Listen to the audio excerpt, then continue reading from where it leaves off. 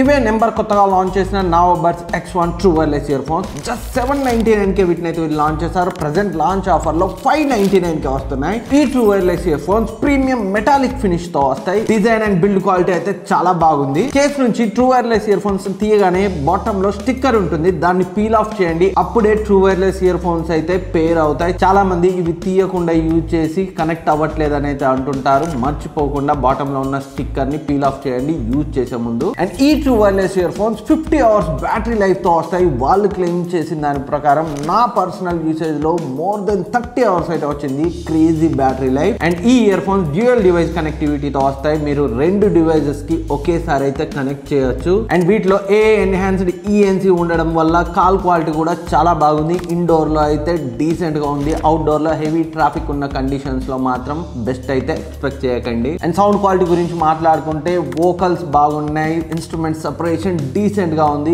Base బాగుంది, but అంత తంపిగా అయితే నాకు అనిపించలేదు. అండ్ ఇవి IPX5 వాటర్ రెసిస్టెన్స్ తో వస్తాయి.